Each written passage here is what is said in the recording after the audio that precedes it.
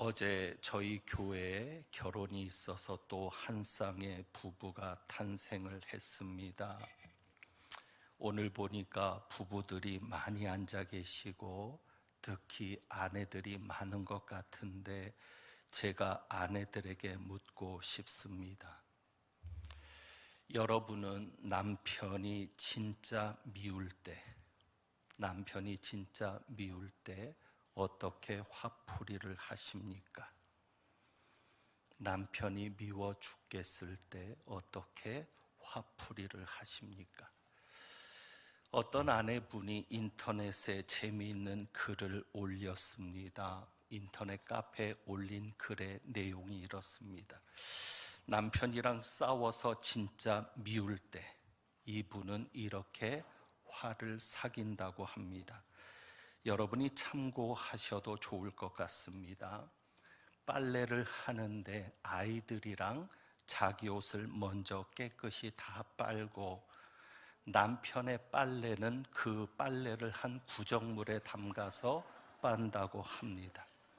구정물에 남편 옷을 넣고 박박 물면서 화풀이를 하는데 그리고는 깨끗하게 헹구겠습니까? 그냥 대충 헹구고 널어서 옷은 잘 말리고 다림질도 잘해서 그 다음날 출근할 때 입혀주고는 남편이 나가는 뒤통수에 메롱하면서 혀를 내민다고 합니다. 좋은 방법 같습니다. 지혜로운 방법 같은데 한 가지 이 이야기 속에서 생각나는 것이 있습니다. 그래서 여러분에게 문제를 좀 내보려고 합니다. 자, 남편의 물건을 소중히 여기려면 어떻게 하면 되겠습니까? 남편과 관련된 물건을 소중하게 여기려면 어떤 방법이 있겠습니까? 답이 나오죠? 남편을 사랑하면 됩니다. 남편을 사랑하면 됩니다. 그렇습니다. 남편이 사랑스러우면 남편의 물건도 소중하게 여기게 됩니다. 자, 그렇다면 이제 그 의미를 아시겠습니까? 어떤 의미요? 예수님께서 부활하신 후에 베드로에게 나타나셔서 가장 먼저 던진 이야기, 질문이 바로 이 질문이죠. 네가 나를 사랑하느냐? 이제 네가 나를 사랑하느냐고 물으신 그 예수님의 뜻을 이해하시겠습니까? 우리나라 사람들은 참 삼세판을 좋아합니다. 그래서 예수님이 3번이나 네가 나를 사랑하느냐고 물으셨는지 모르겠습니다.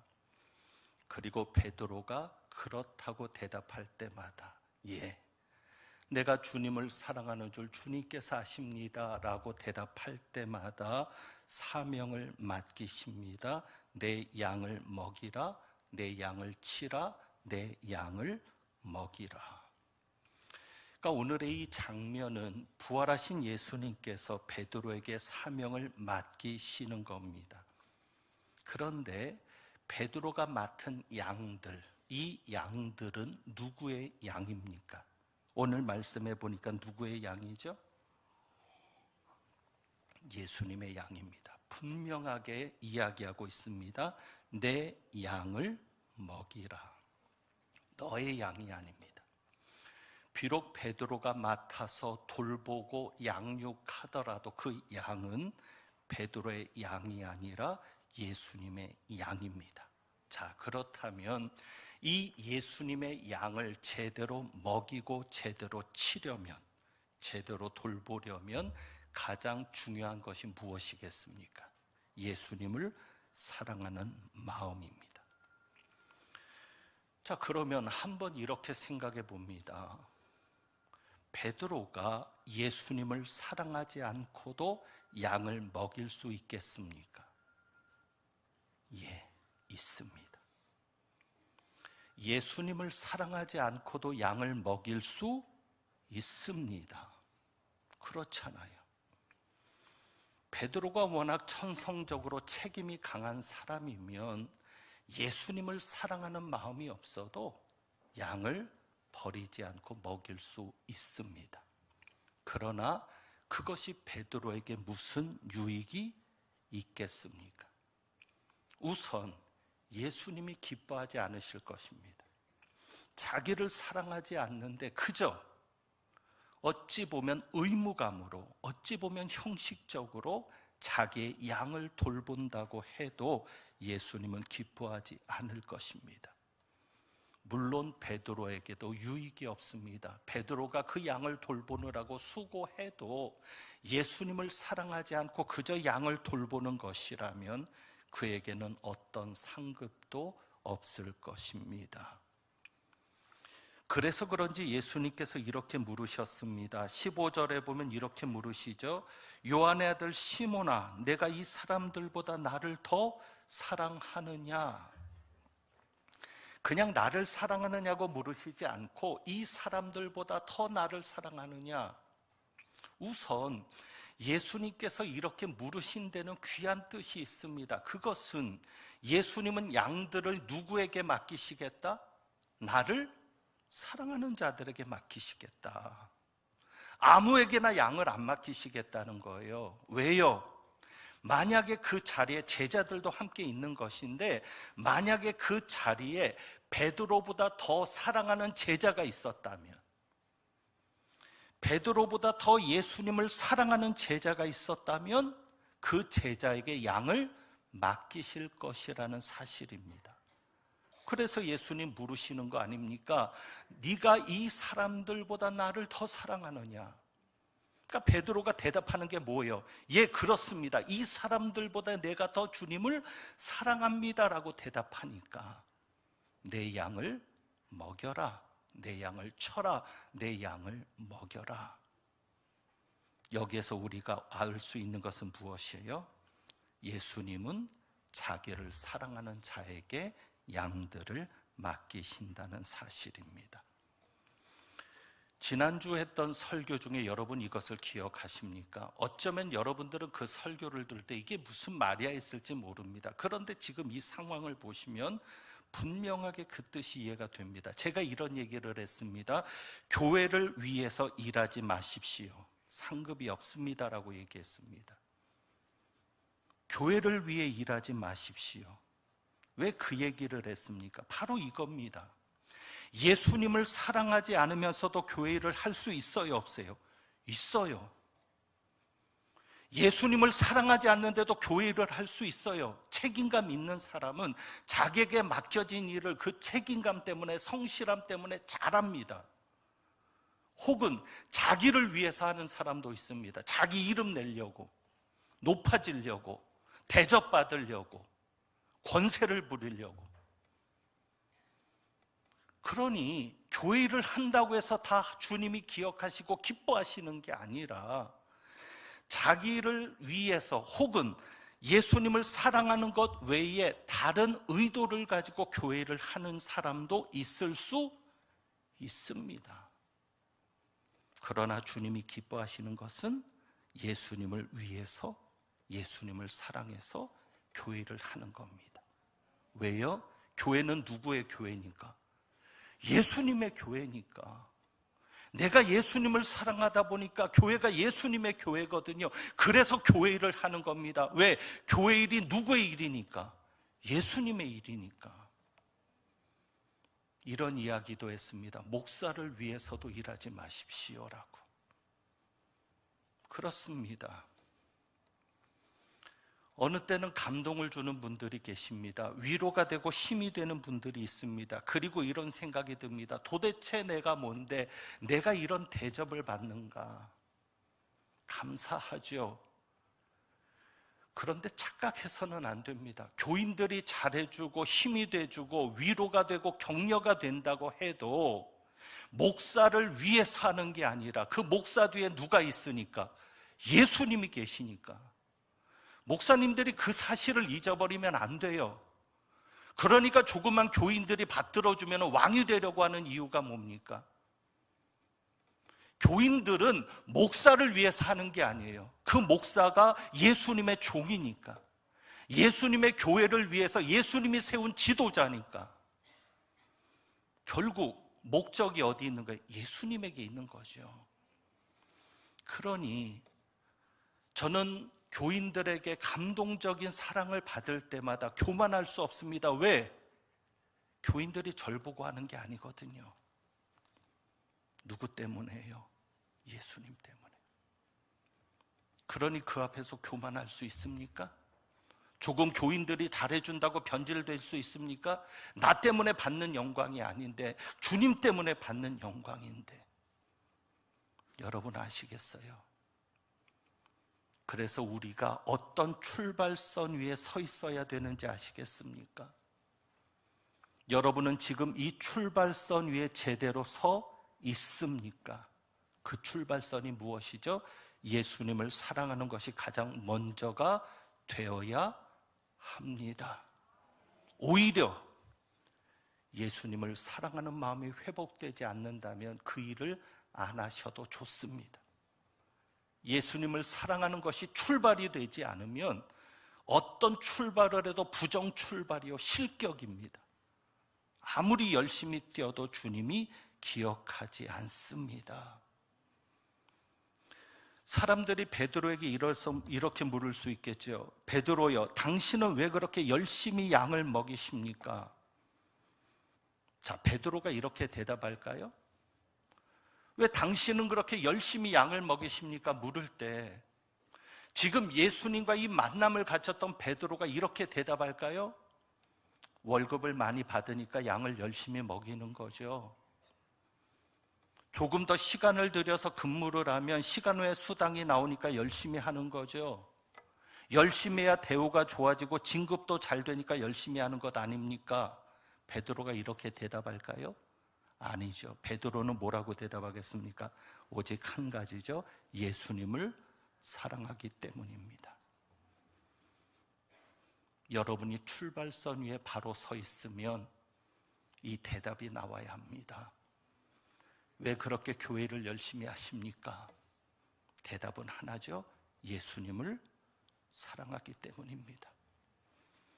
오늘 누가 여러분들에게 묻습니다. 아니, 그렇게 힘든데, 그렇게 바쁜데, 그렇게 피곤한데 왜 굳이 예배를 다녀오십니까? 라고 물으면 여러분의 대답은 뭐예요? 안 나가면 마누라가 밥도 안 해줘요가 아니라 예수님을 사랑하기 때문입니다. 우리가 살아가면서 알잖아요. 아까 앞에서 얘기했던 것처럼 남편이 사랑스러우면요, 그냥 뒤집어 벗어놓은 양말도 괜찮습니다. 그냥 내팽개쳐 놓은 옷도 괜찮습니다. 그런데 남편이 미우면요, 참 깔끔 떠는 성격의 남편이라 자기 옷을 잘 개놓는데도 그 옷을 차버립니다. 중요한 것이 뭐죠? 주님을 사랑하는 겁니다. 주님을 사랑하는 것이 출발이 된 것만이 주님이 기억하실 것입니다. 그리고 우리가 주님을 사랑해야 되는 이유가 여기 있습니다. 그래야 주님을 위해 죽을 수 있기 때문입니다. 예수님을 사랑하는 것이 여러분의 출발선이 되어야 여러분이 달리는 최종적인 피니시 라인, 목적지에서 어떤 일이 있어도 끝까지 주님을 변하지 않고 섬길 수 있게 될 것이기 때문입니다. 지금 베드로에게 예수님께서 네가 나를 사랑하느냐고 물으신 이유는 이겁니다. 결국 베드로의 결과가 뭐예요? 19절이죠. 19절 봅니다. 이 말씀을 하시면 베드로가 어떠한 죽음으로 하나님께 영광을 돌릴 것을 가리키심이러라. 결국 베드로의 끝은 출발선에 선, 지금 부활하신 예수님을 다시 만나서 사명을 받고 출발선에 선 이 베드로가 예수님을 사랑하는 것이 출발이 되어야 되는 이유는 뭐예요? 마지막에 무엇이 있으니까? 죽음이 있으니까. 왜 우리가 예수님을 사랑해야 되는 줄 아십니까? 그래야 예수님을 위해 죽을 수 있는 사람이 되기 때문입니다. 18절에 보면 예수님은 참 비유를 가지고 이렇게 얘기하십니다. 내가 젊어서는 스스로 띠뛰고 원하는 곳으로 다녔거니와 그러니까 젊은이와 나이든 늙은이, 노인들을 비교해서 이야기합니다. 늙어서는 내 팔을 벌리리니 남이 내게 띠띠우고 원하지 아니하는 곳으로 데려가리라.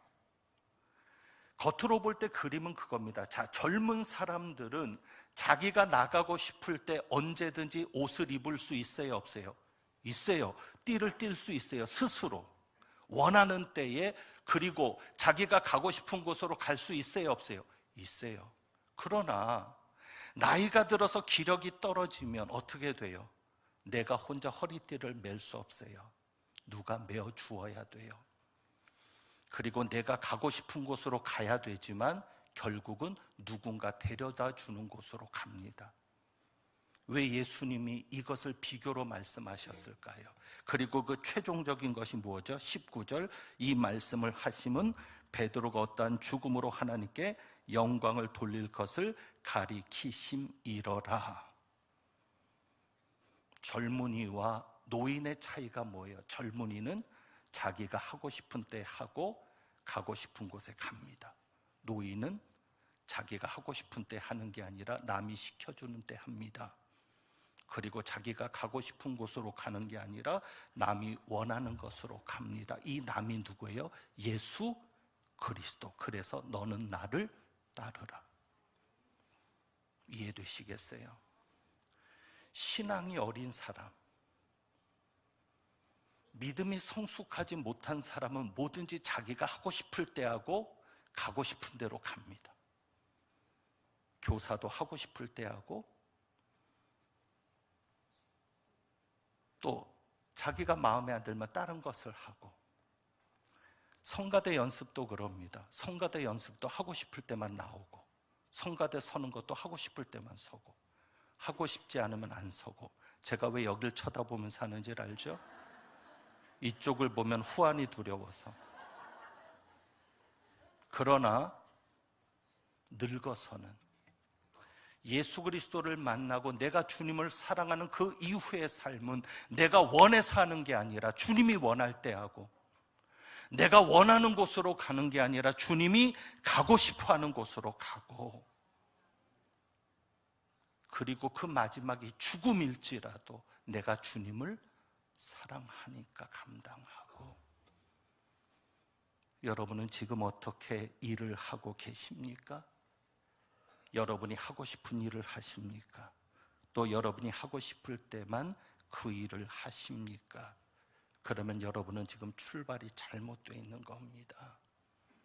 주님이 원하시는 때, 주님이 원하시는 곳으로 시작하고 갈 수 있어야 합니다. 그리고 예수님께서 물으신 이 질문 속에서도 우리는 예수님을 사랑해야 되는 이유를 발견합니다. 자, 예수님께서 15절에 보면 이렇게 물으시죠. 15절에 요한의 아들 시몬아, 내가 이 사람들보다 나를 더 사랑하느냐? 베드로는 이 질문 앞에 무너집니다. 요한의 아들 시몬아, 내가 이 사람들보다 나를 더 사랑하느냐? 예수님이 그냥 사랑하느냐라고도 물으셔도 되는데 네가 이 사람들보다 나를 더 사랑하느냐? 그때 무너지는 겁니다. 왜냐하면 마태복음 26장으로 여러분들이 가셔서 확인하시면 되는데 제가 말씀드립니다. 마태복음 26장에 보면 예수님께서 제자들에게 말씀하죠. 너희들이 다 나를 버릴 것이다. 너희들이 나를 다 버릴 것이다. 그때 베드로가 나섭니다. 워낙 나서기 좋아했잖아요. 잘난 척도 잘했죠. 33절에 보면 이렇게 말합니다. 26장 33절에 모두 주를 버릴지라도 나는 결코 버리지 않겠나이다. 같이 있는 사람을 다 바보로 만들어버리는 거예요. 너희들이 다 나를 버리겠다 했는데 거기 같이 있는 사람들을 다 바보로 만들어서 모두가 주를 버릴지라도 나는 주님을 버리지 않겠습니다. 비교해서 얘기하잖아요. 아주 기분 나쁜 얘기죠. 듣는 사람이 얼마나 기분 나쁘겠어요. 그냥 지만 안 버리겠다고 하면 되지 왜 죄 없는 우리까지 싸잡아가지고 우리는 버리고 그럼 자기만 안 버려? 기분 나쁜 얘기죠. 비교해서 얘기했는데 그랬던 베드로인데 예수님이 지금 비교해서 묻습니다. 네가 이 사람들보다 나를 더 사랑하느냐? 옛날에 뭐라고 대답했었어요? 이 사람들은 다 버릴지라도 나는 주님을 버리지 않겠습니다. 그 예수님의 그 질문 앞에 무너질 수밖에 없죠. 그리고 예수님이 이렇게 묻습니다. 아가페로 묻습니다. 네가 나를 더 사랑하느냐는 아가페로 묻습니다. 그런데 베드로는 그 대답에 대해서 필레오로 대답합니다. 우리나라 말은 그냥 사랑으로만 번역이 됐으니까 사랑이 여러 가지가 없으니까. 그런데 헬라어에는 사랑을 나타내는 여러 단어가 있는 것을 아시죠? 가장 높은 사랑이 아가페 사랑이죠. 신적인 사랑, 영적인 사랑, 하나님의 사랑, 그리고 이 사랑은 예수님의 사랑인데 무엇까지도 주는 사랑? 목숨까지도 주는 사랑. 그래서 친구를 위해 목숨을 버리면 이에서 더 큰 사랑이 없느니라. 이게 아가페 사랑이거든요. 그런데 베드로는 필레오로 대답합니다. 그리고 두 번째 16절에서 물을 때도 예수님은 아가페로 묻는 겁니다. 그리고 베드로는 뭐로 대답해요?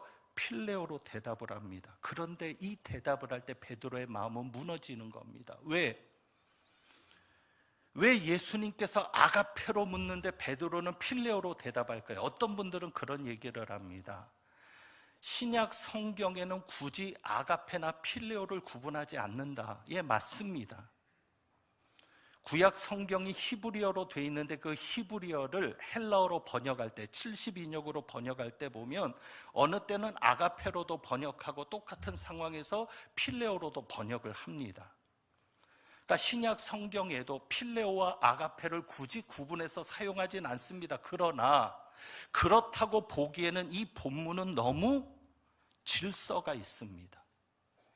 그냥 아무 생각 없이 예수님이 아가페로 묻고 아무 생각 없이 베드로가 필레오로 대답하고 그리고 세 번째 17절에 세 번째 물을 때는 예수님께서 필레오로 물으시는 겁니다. 베드로가 두 번 필레오로 대답하니까 그 다음에는 예수님이 아가페로 묻는 게 아니라 필레오로 묻습니다. 그리고 세 번째 네가 나를 사랑하느냐 하심으로 이것도 필레오입니다. 세 번째는 어떻게 보면 세 번째는 필레오로 물으심으로 이렇게 이해할 수도 있어요. 그래서 베드로가 근심을 하고 필레오로 대답을 합니다. 이렇게 질서가 있고 논리 정연하게 나가는 것이 우연이라고는 할 수 없습니다. 그럼 어떤 의미가 있습니까? 여기에서 베드로의 마음이 무너지는 거예요. 왜? 예수님은 지금 아가페로 묻죠. 그 아가페는 무엇까지도 감당할 수 있는 사랑, 죽음까지도 감당할 수 있는 사랑. 왜 예수님이 그렇게 물으셨느냐면 마태복음 26장에 보면 마태복음 26장에 모두 주를 버릴지라도 나는 결코 버리지 않겠습니다 얘기했을 때 35절에 예수님이 이런 말씀을 하십니다. 오늘 밤 다굴기 전에 네가 3번 나를 부인하리라. 버리지 않겠다고 하시는 베드로를 향해서 버리지 않겠다고 하는 베드로를 향해서 예수님이 오늘 밤 다굴기 전에 네가 나를 3번 부인하리라. 그럴 때 베드로가 이렇게 얘기합니다. 주와 함께 죽을지언정 주를 부인하지 않겠나이다. 베드로가 뭐라고 얘기했다고요? 주와 함께 죽을지언정. 약속했잖아요. 다른 제자들을 다 바보로 만들어 놓고 자기만 잘난 척하면서 안 버리겠다고도 하고 그런 제자들 앞에서 주와 함께 죽을지언정 주님을 부인하지 않겠습니다. 그런데 죽었어요? 안 죽었어요? 안 죽었어요. 살려고 부인했어요. 저주하면서 맹세하면서 부인했어요. 그럴 때 예수님이 네가 나를 죽기까지 사랑하느냐 그렇게 물으신 겁니다. 그 질문 앞에 자신의 과거가 있는 베드로가 무너지지 않겠습니까? 내가 죽을지언정이라고 얘기했는데 지금 그러지 못했잖아요. 그러니까 필레오로 대답하는 겁니다. 내가 죽기까지는 사랑하지 못했지만 그래도 내가 주님을 사랑합니다. 이 필레오는 인간적인 사랑, 열정적인 사랑. 우리는 필로스라고 해서 정신적인 사랑으로 얘기하기도 하죠. 그러니까 하나님의 사랑은 못 미쳐도 내가 그래도 주님을 사랑합니다. 또 두 번 물으시고 마지막 세 번째 필레오로 물으실 때 또 베드로가 물은 거예요. 세 번째 물으시자 근심했다 그랬거든요. 그럼 세 번이나 반복해서 물으니까 베드로가 자꾸 묻는 것에 대해서 근심한 것으로 얘기할 수 있는데, 아까도 얘기했죠. 베드로가 몇 번 부인을 했어요? 세 번 부인하잖아요. 그 사실을 기억했을 것이고, 그리고 그 질문 앞에서도 무너지는 겁니다. 어떻게 해요? 나는 죽기까지 사랑한 것도 못하지만 필레오의 사랑도 못합니다. 그러나 달리는 사랑한다는 고백을 할 수 없잖아요. 주님께서 하시는데 그래도 내가 주님을 사랑합니다. 여기서 에로스를 쓸 수는 없잖아요. 더 낮아져서. 에로스 사랑은 육체적인 사랑인데. 이해되시겠습니까? 결국 베드로가 죽지 못했던 이유는 뭐죠? 예수님을 사랑하지 않았기 때문입니다. 여러분이 다시 출발선 앞에 제대로 서십시오. 여러분의 인생의 수고가 헛되지 않으려면, 천국에서 영원히 기억되는 수고가 되려면, 천국에서 영원히 빛나고 예수님을 닮아가고 예수님을 더 깊이 알아가려면 여러분의 출발선에 제대로 서십시오. 그것이 무엇입니까? 예수님을 진짜 사랑하는 것입니다. 그래서 여러분 이렇게도 이해해 보세요. 누군가 물어보면 제가 이제 답을 가르쳐 드리죠. 무조건 어떻게 대답하자? 예수님을 사랑하기 때문이라고. 누가 나를 때렸어도 바보같이 웃습니다. 너는 왜 웃니? 예수님을 사랑하니까. 이해되시죠? 그리고 이렇게 정리하세요. 여러분에게 오는 모든 환난, 그것이 물질로 오는 것이든 건강으로 오는 것이든 가정의 문제로 오는 것이든 관계 문제에서 오는 것이든, 여러분에게 오는 모든 환난은 무엇을 위한 시험이에요? 예수님을 내가 진짜 사랑하는가? 그 시험입니다. 그래서 환난이 올 때 여러분이 꼭 해야 할 말이 있습니다. 주님, 내가 주님을 사랑합니다. 오늘 주보에 있는 찬양 함께 드려볼 텐데요. 여러분 여기에 보면 이 가사에 이와 같은 때엔 난 노래하네 가사가 나옵니다. 이와 같은 때가 언제겠습니까? 여러분이 복 받았을 때요? 기도했는데 기도 응답이 됐을 때? 자녀가 원하는 학교에 가고 원하는 직장에 들어가고 원하는 가정을 가졌을 때? 아니죠. 이와 같은 때가 언제죠? 내가 가장 힘들 때, 내가 가장 견디기 어려울 때, 정말 죽고 싶을 때, 도망가고 싶을 때, 절망할 때, 그때도 나는 노래합니다. 무엇을요? 주님을 사랑합니다라고. 여러분이 이 찬송을 그렇게 들을 수 있다면 주님이 기억하실 겁니다. 주님이 기뻐하실 겁니다. 우리 한번 이 찬양 드려보겠습니다.